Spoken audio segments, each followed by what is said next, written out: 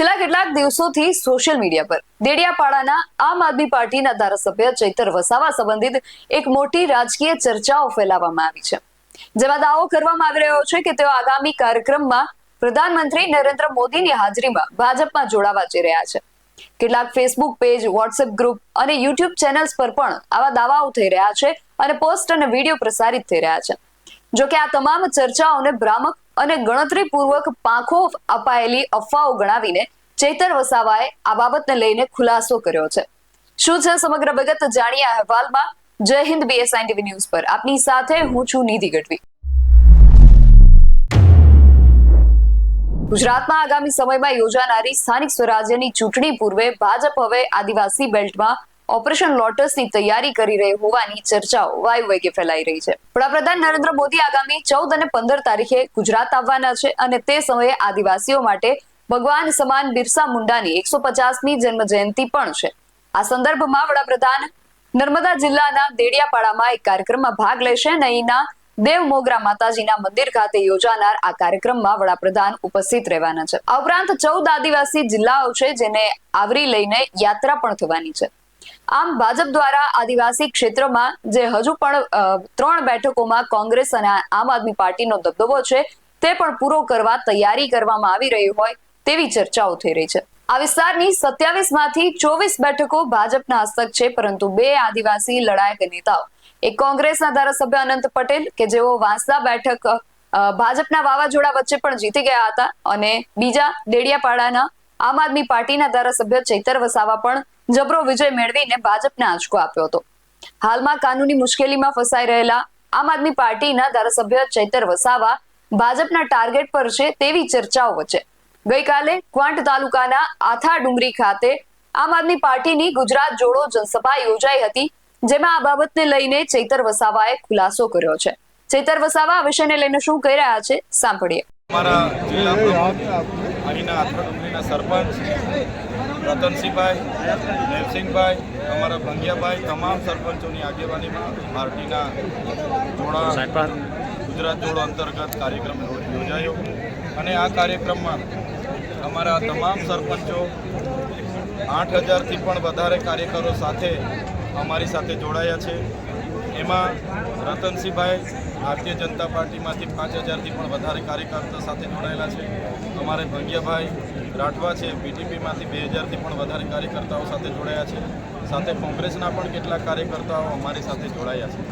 ત્યારે આજે એક તરફ અમારા કાર્યક્રમો ચાલે છે અને અમારા વિસ્તારમાં બિરસા મુંડા ભગવાનની 150મી જન્મ જયંતિના ભાગરૂપે દેશના વડાપ્રધાન દેડિયાપાડામાં આવી રહ્યા છે। તો તમે વિચાર કરો, 15 દિવસ પહેલાં નર્મદા જિલ્લાના કેવડિયામાં હતા, ફરી નર્મદા જિલ્લાના દેડિયાપાડામાં આવી રહ્યા છે અને કેટલાક લોકો અમને ભારતીય જનતા પાર્ટીમાં જોડાવા માટે ઘણા પ્રયત્નો કરી રહ્યા છે કે ડરાવે છે, ધમકાવે છે, જેલોના ડર બતાવે છે કે તમે 15 તારીખે વડાપ્રધાનના હસ્તે જોડાઈ જાઓ, નહીં તો આમ થશે તેમ થશે।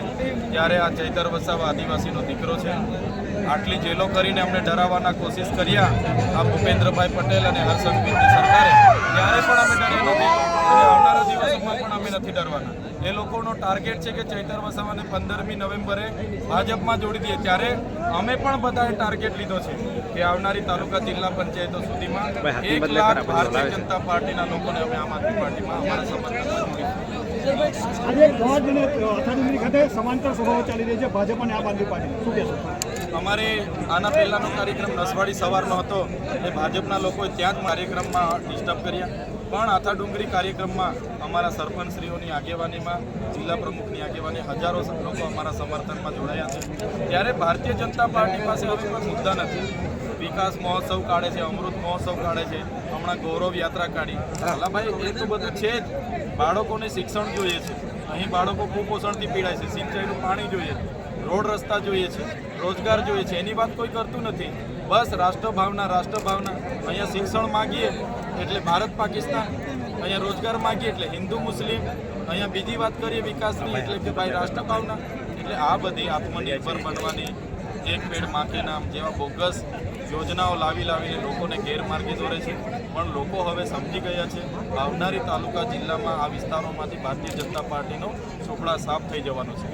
ખેડૂત સહાય નથી મળી રહી એ બાબતે હમણાં અતિવૃષ્ટિથી કમોસમી વરસાદ માવઠાથી નુકસાન થઈ છે, તો સરકારે 1 અઠવાડિયા પછી વાટાઘાટો કરીને ગઈકાલે 10,000 કરોડનું પેકેજ જાહેર કર્યું છે. હવે તમે વિચાર કરો, 33 લાખ હેક્ટરમાં નુકસાની થઈ છે અને આ લોકોએ 1 હેક્ટરના 20 કે 22,000 રૂપિયા આપીશું એવી વાત મૂકી છે.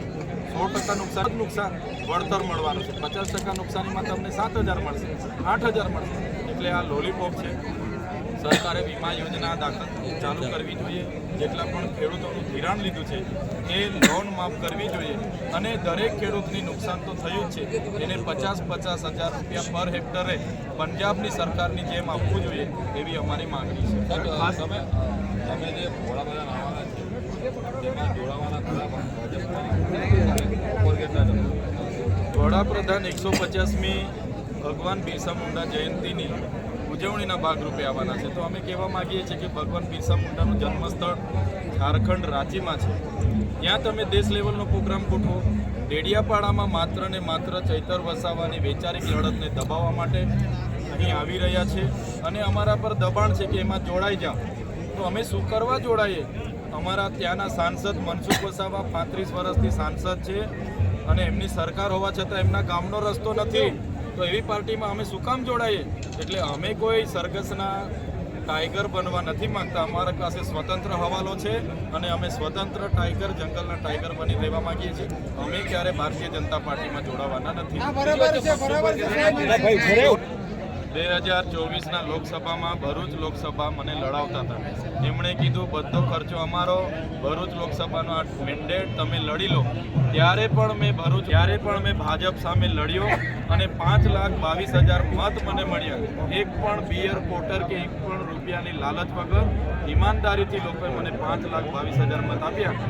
થોડા મતથી એ લોકો જીતી ગયા. આપી એમણે ચીટિંગ કરી હતું મતદાર યાદીઓમાં અને છેલ્લે લોકોને ગેરમાર્ગે દોરીને મનસુખભાઈ 86,000 મતથી જીત્યા.